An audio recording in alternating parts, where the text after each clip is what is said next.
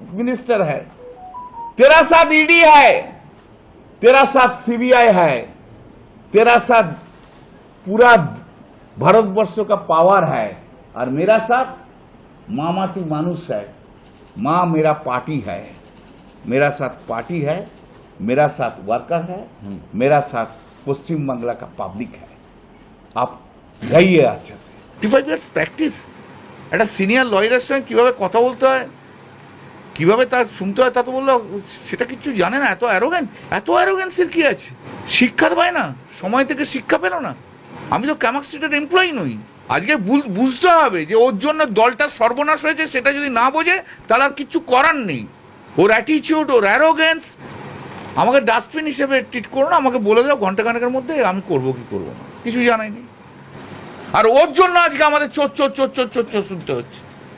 Life is under threat. যেখানে যাচ্ছে সেখানে কেউ না কেউ ইয়ে করছে। পরশুদিন এয়ারপোর্টে চোর চোর করে দৌড়ে এসছে।